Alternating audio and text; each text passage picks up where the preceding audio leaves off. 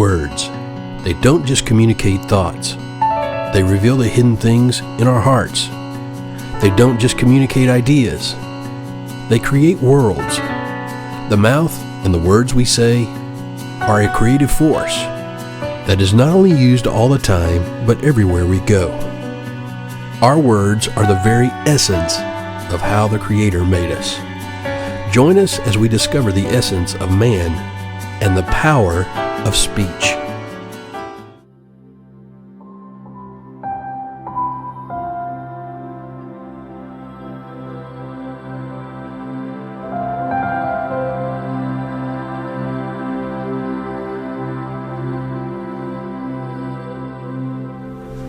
Hello, welcome to the Essence of Man and the Power of Speech. We are on day 110, and we're talking about awakening divine mercy. Now,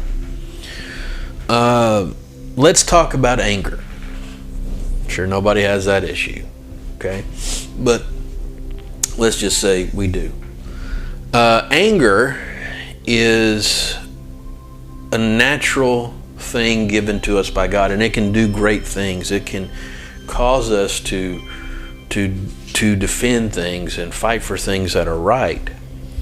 But if anger is not dealt with properly, what it can do is we can be reactionary in rage, and we can commit crimes. We can do much harm. One of the greatest harms of anger is not speaking anger. In other words, if you let anger bottle up in you and you don't talk about it, it creates unforgiveness, it creates resentment, it creates even more hate.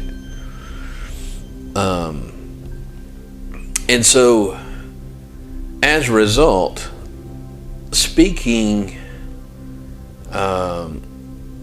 negatively about a situation because of anger. Let's say something, and you just have that moment. You've got to express this anger.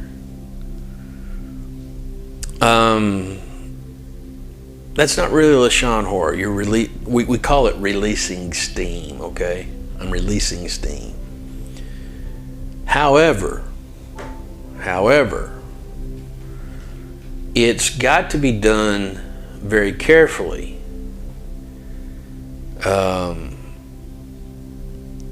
From an aspect of mercy, if that makes sense. Let me put it to you this way.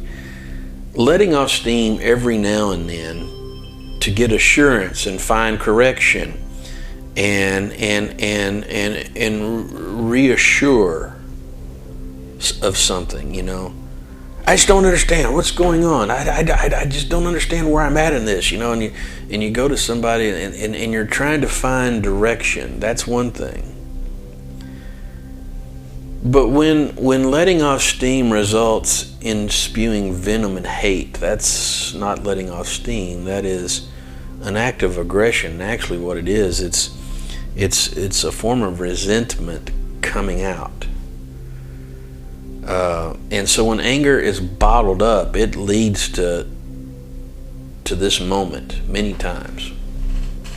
And what should have been spoken in a release ends up being spoken in evil speech. Okay? If it's got to be careful too with the listener. Let's say the listener is listening to this. You know, sometimes I have people may want to vent or whatever, but you've got to be careful to understand, okay, this person is just trying to find reassurance. They're trying to find some kind of, am I right, am I wrong? But the listener, on the other hand, has to be careful that he doesn't take this as truth, meaning everything this guy's saying is just, or woman is saying, is truth. Because then once we start taking it as truth, now we may be believing something that is spoken out of the emotion of release. Then it becomes believed as truth, and the next thing you know, we start developing opinions about whatever it is they're talking about, and we start making judgments. That's where things get dangerous.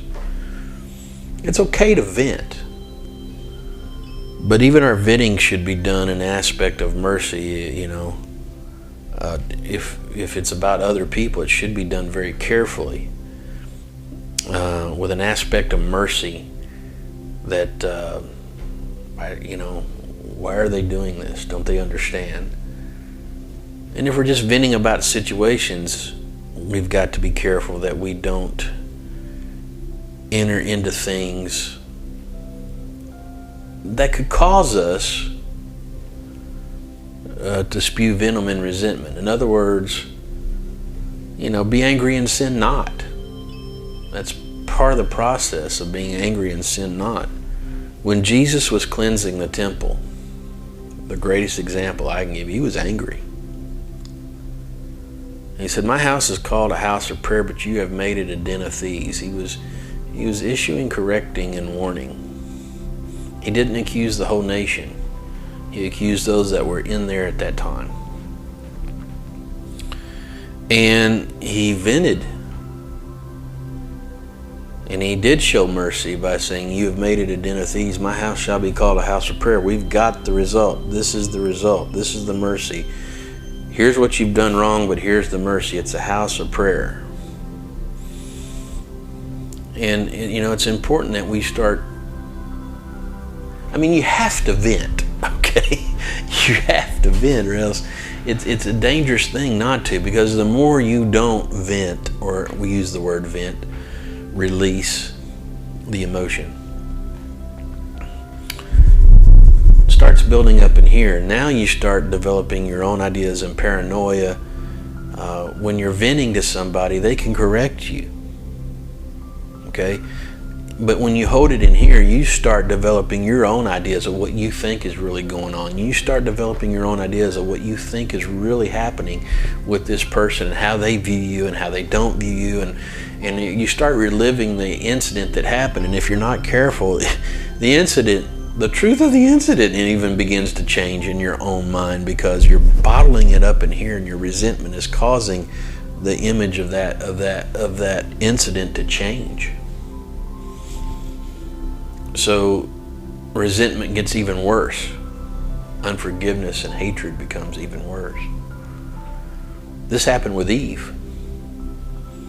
And we may talk about this sometime, but this happened with Eve. And so it's important that we release, but we do it properly. Release the anger on the inside, but do it properly, where people aren't being offended and wounded, and you're allowing yourself to be corrected. And you're even showing mercy even in your venting, okay? Hey, we'll see you next time on The Essence of Man and the Power of Speech. Have a good one.